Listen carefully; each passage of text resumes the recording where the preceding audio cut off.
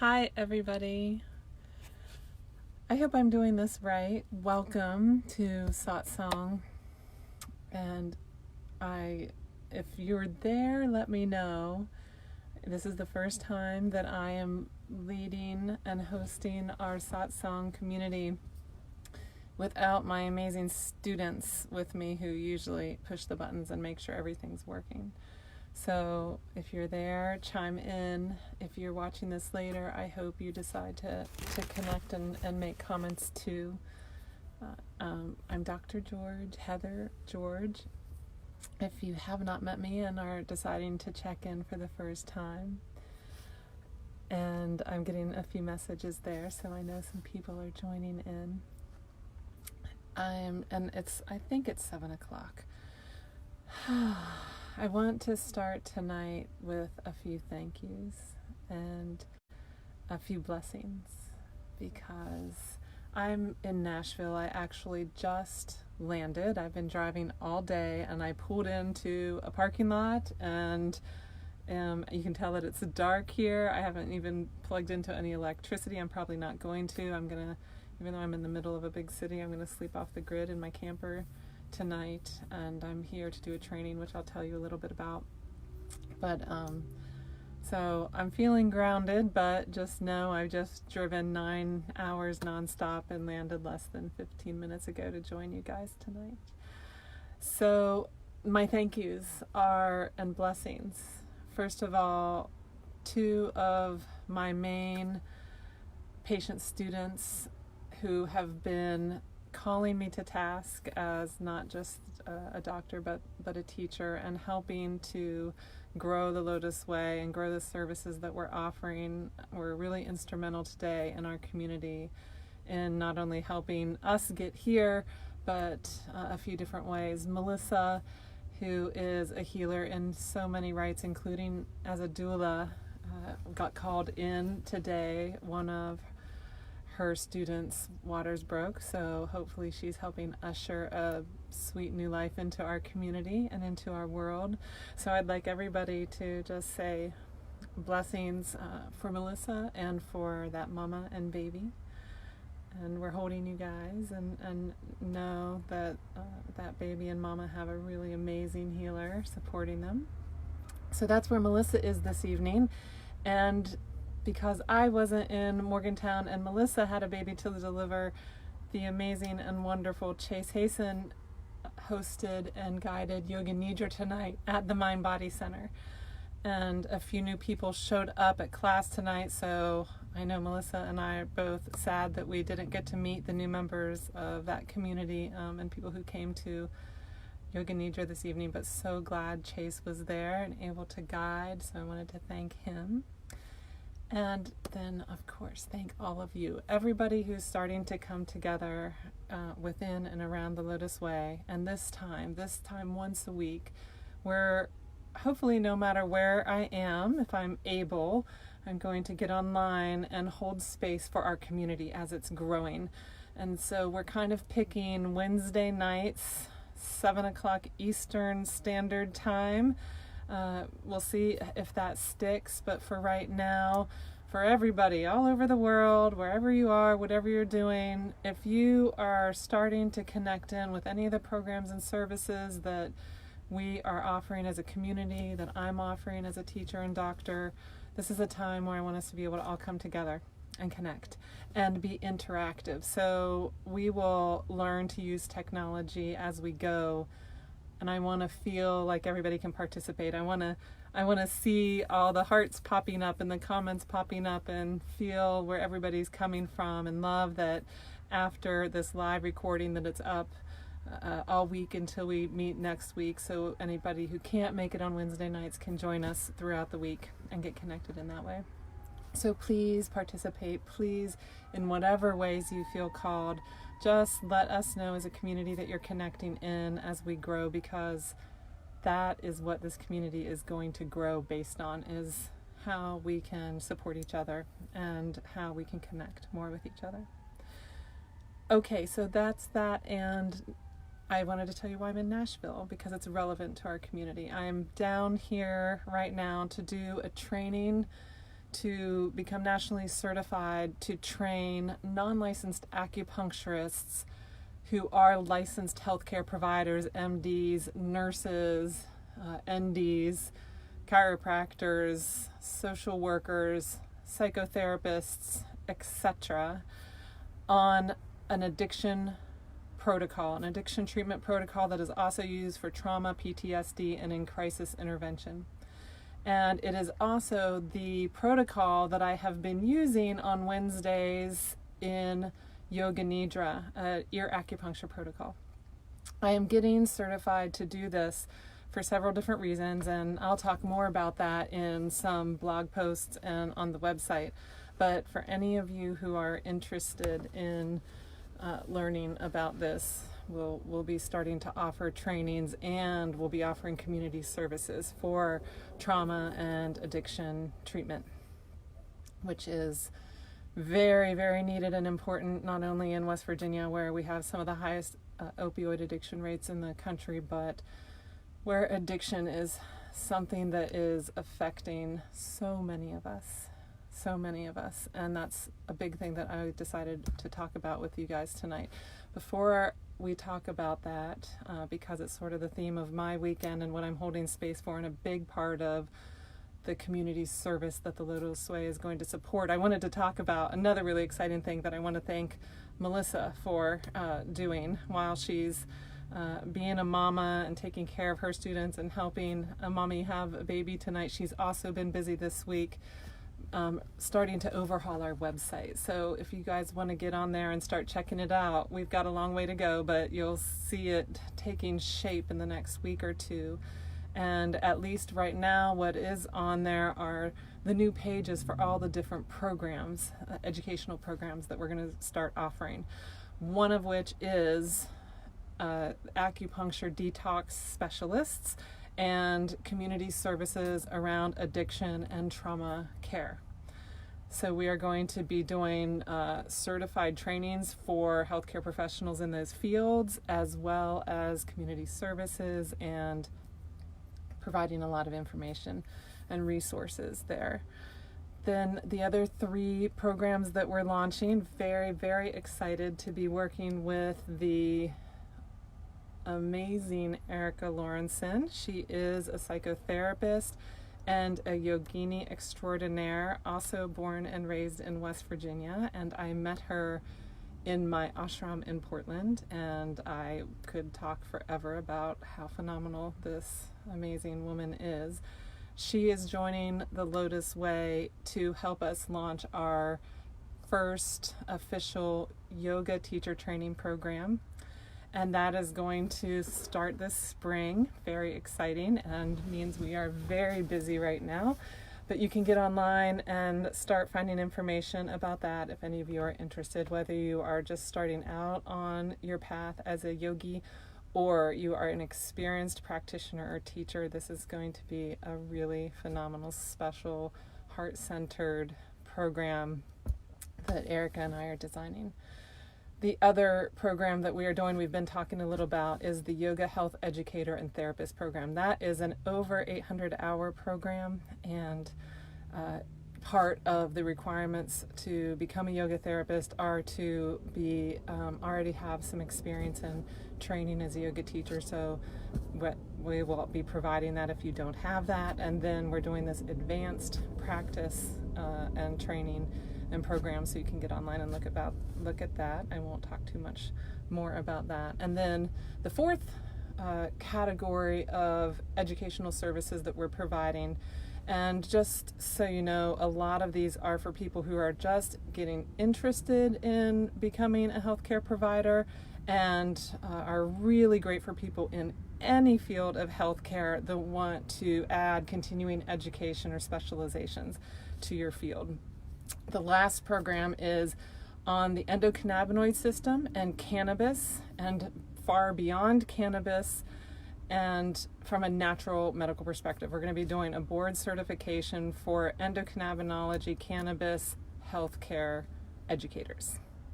So those are our 4 programs, and you can get online now and start clicking around, and over the next few weeks you'll see more and more information roll out. And for each 4 programs, If you want more information, there are buttons there for you to click, whether to get added for an email list or to contact us with any other questions.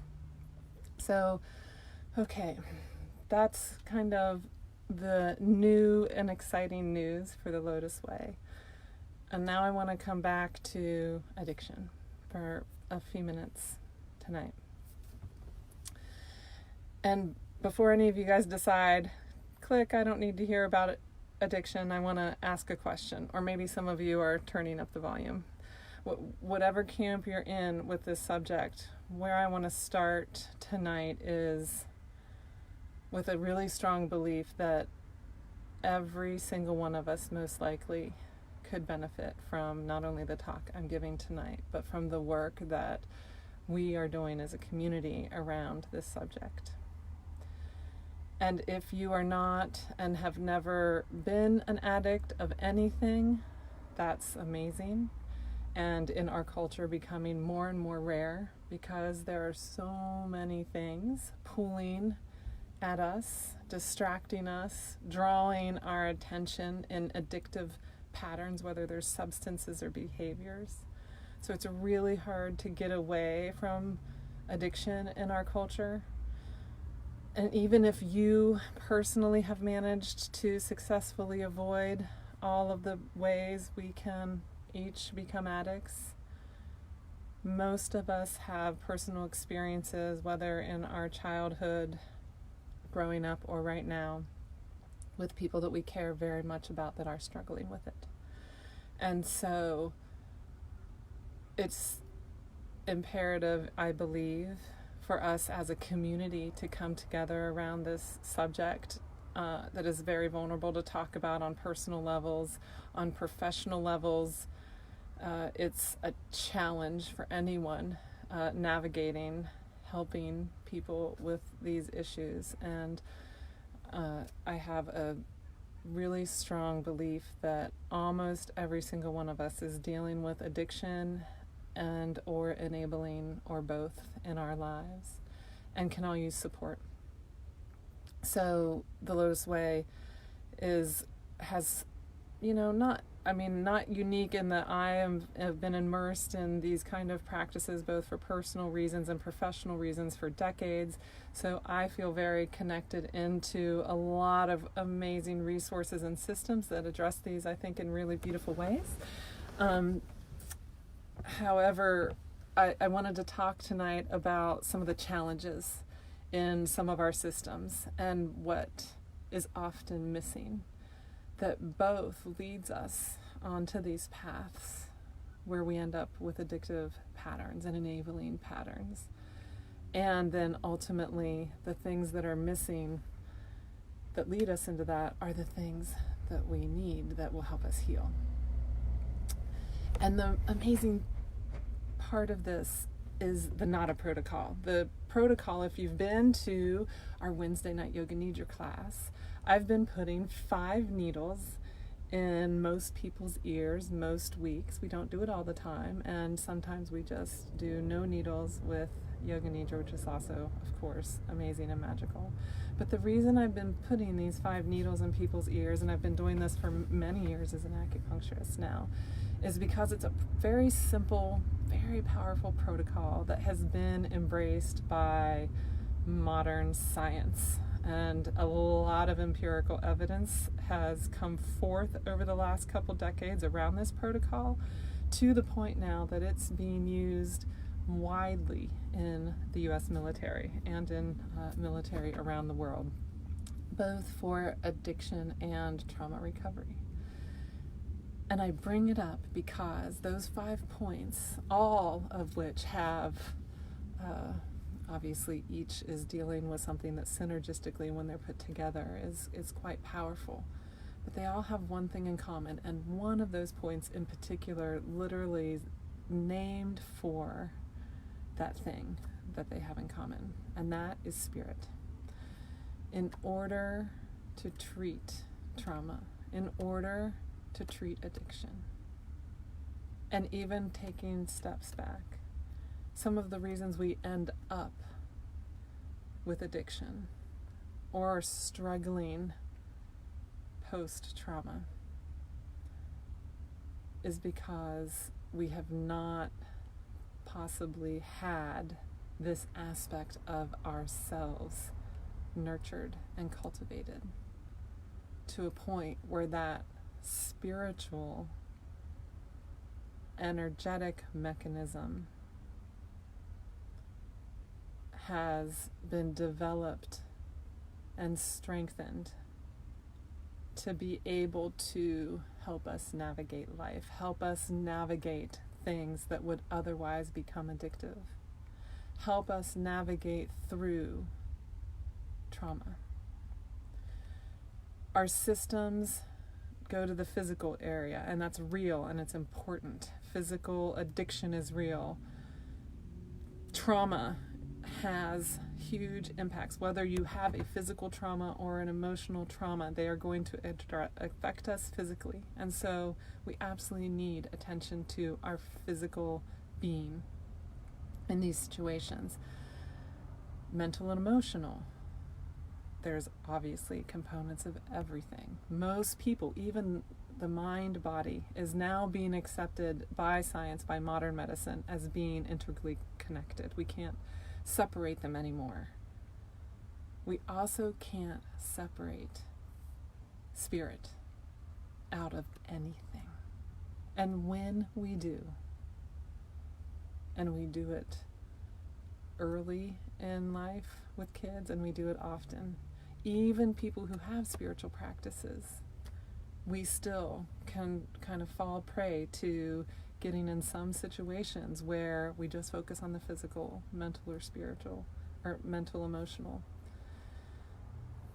And so that is where Chinese medicine and yoga really hold and ground an integrative, holistic approach to healing. And AA, Alcoholics Anonymous, has the 11th step, commit to a spiritual practice, right? So that's also another system that has a lot of evidence behind it. And before you finish that 12th step, before you get through a recovery program, it's like the almost the final step, right? You've done all this hard work through these 10 steps, and before you make it to that 12th step, what's your spiritual practice? And then, sorry, I got a little distracted. Did I talk about, so the 5 points in the ear, I'm not going to go into big detail about them, but you'll learn about them if you're working with me for sure, and you'll see this page on our website.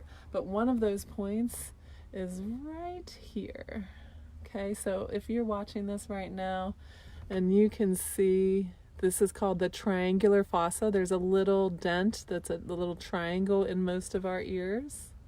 And it's on the outside of that triangle right here. Let's see if I have a pen, because I want you guys all to touch it as we talk about it.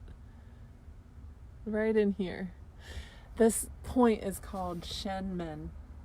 Shen Men means spirit gate. So, a protocol being used in the military for PTSD and for addiction has a point called the spirit gate. It is not associated with any specific organ or any specific part of our nervous systems. It is a point that grounds, that connects us and grounds us spiritually. And if you have to pick 5 points of all the points in Chinese medicine, hundreds and hundreds of points in Chinese medicine, they picked 5, and one of them is named Spirit Gate, to treat addiction and to treat trauma. That's powerful. So, integrating body, mind, and spirit. And when we say the word spirit, it comes loaded in most of our minds. It triggers stuff. Whether you're a very religious person, it might trigger things for you. If you're not religious, it will trigger things for you. And we can talk and will talk a lot about what spirit means in our community, because it is foundational to everything we do. And I just emphasize the importance when we think about our patterns in life, when we think of how we're addressing any issue in our life. How are we addressing it physically, mentally, emotionally, and spiritually. This is so important. And what I really want to ask after that is why, not just addiction and trauma, but why would we try and address any healthcare issue without addressing the spirit? I don't care if we're talking about brain surgery or a broken bone. In our systems, this is what's missing. When we're talking about teaching math to a 7-year-old, this is what's missing. Not always. Some people are getting it. And when you see this integration happening, you will see the children and the adults that are experiencing this integration in their communities, with their teachers, with their surgeons, with their parents. You'll see them lighting up. You'll see them getting things on a different level. On all the levels, actually. In yoga and Ayurveda, we call them koshas. And in Chinese medicine, we have beautiful, beautiful words for looking through these lenses. But we treat the Shen, that point, Shen Men. We treat the spirit. We diagnose and treat from that spiritual perspective, while also treating and acknowledging and diagnosing physical and mental, emotional levels. So I wanted to talk about that a little bit tonight, and I wanted us to all check in with where in our lives we have struggled or do struggle with addiction patterns. And I include in that also enabling patterns. And if that word is unfamiliar to you, a lot of us who are in positions with addicts who want to help have to deal with boundaries a lot. And there's sometimes a fine line between helping someone and enabling someone. And so really checking in with ourselves and acknowledging and being vulnerable and willing to look at where we have work to do with addiction and or with enabling. And I would love, this is an area where if you wanted to comment, and very vulnerable request, I mean, it's a request of me asking anyone who's vulnerable and willing to share with our community, maybe not the obvious stuff. And I, by the way, do not want to even begin to claim that I'm making comparisons between different types of addictions and the severity. There's a wide range. But I want to validate anybody struggling with any level of addiction, whether we're dealing with opioids, heroin, hard drugs, alcohol, other substances, and I'm including very much validating sugar and caffeine as drugs. And one of my personal lifelong addictions has been to sugar. It has caused me unbelievably significant health problems in my life, and getting that balanced and keeping that in check for me has been a big deal. And I want to acknowledge both personally and professionally how I have watched and still watch so many people struggle with that addiction. Caffeine is another one. Alcohol, opioids, cocaine, anything. Then there are also other types of addictions. We're now talking about screen time addiction, right? Not just for kids, but for adults. There are literally now studies of people needing to go to their phones, needing to click, social media addictions.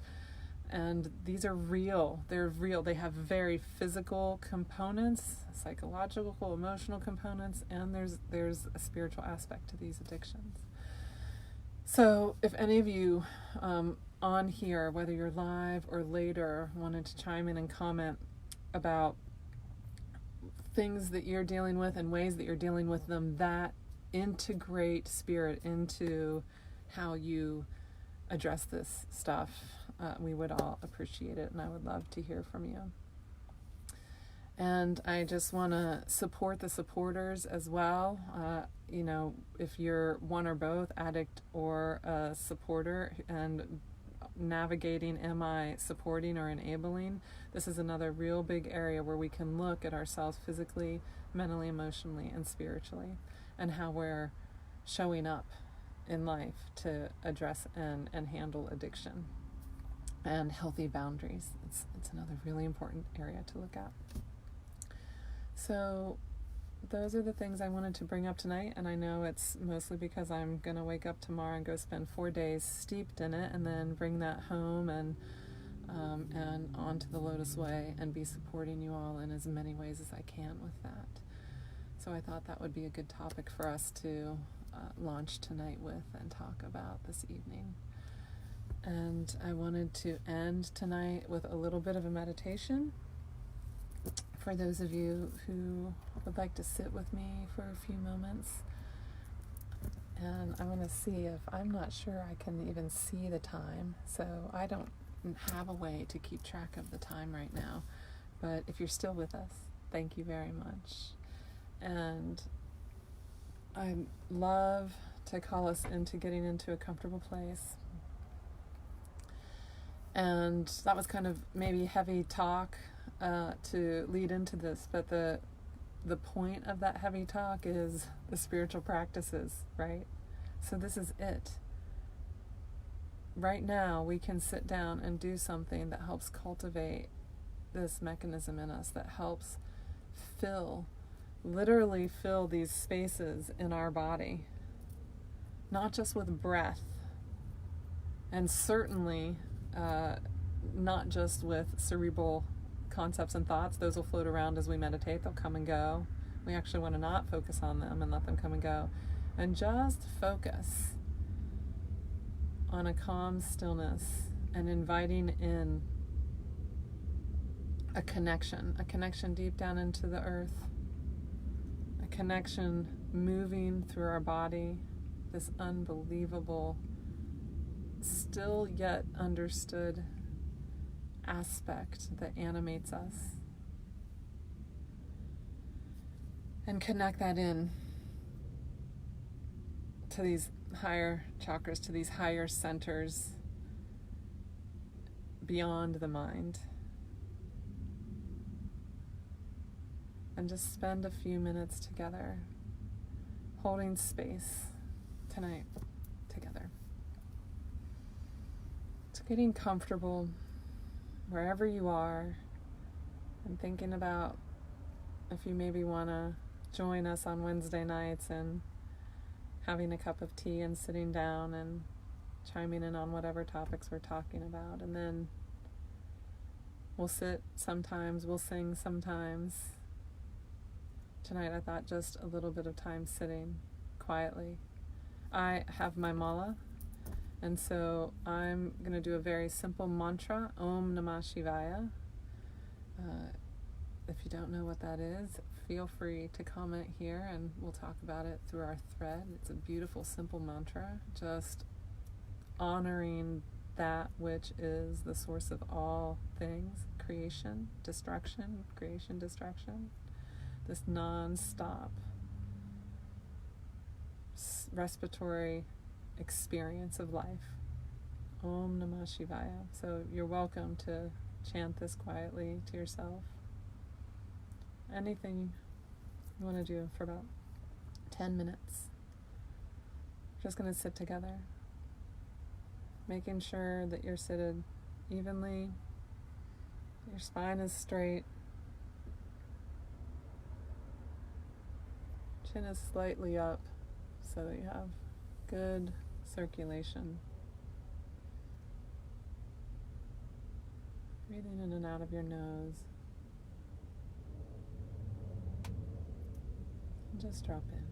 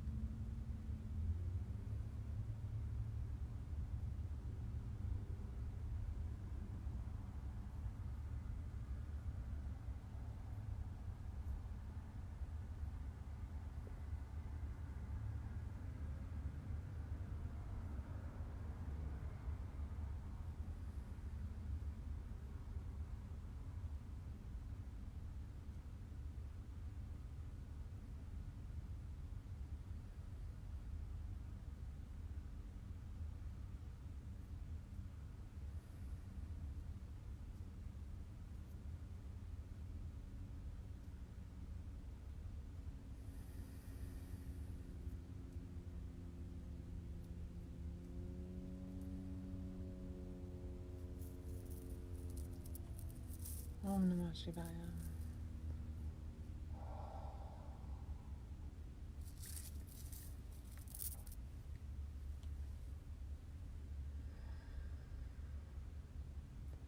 Om Namah Shivaya.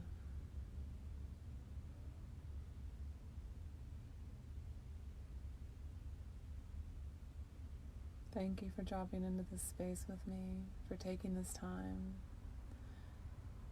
For any of you who joined us live, blessings for showing up. For any of you who are watching this later, I'm so grateful for this technology that we can do that. Let this time be with you until we literally meet here again next week. Wherever you are, I'll be in Nashville this weekend, and thinking of all of you. If anyone has any questions after looking at the website or after this class, please feel free to reach out in any way. There are plenty of ways to get to me and to our community, and we're trying to make more of them. So thank you very much. Have a beautiful evening. Namaste. Blessings. Hello and goodbye.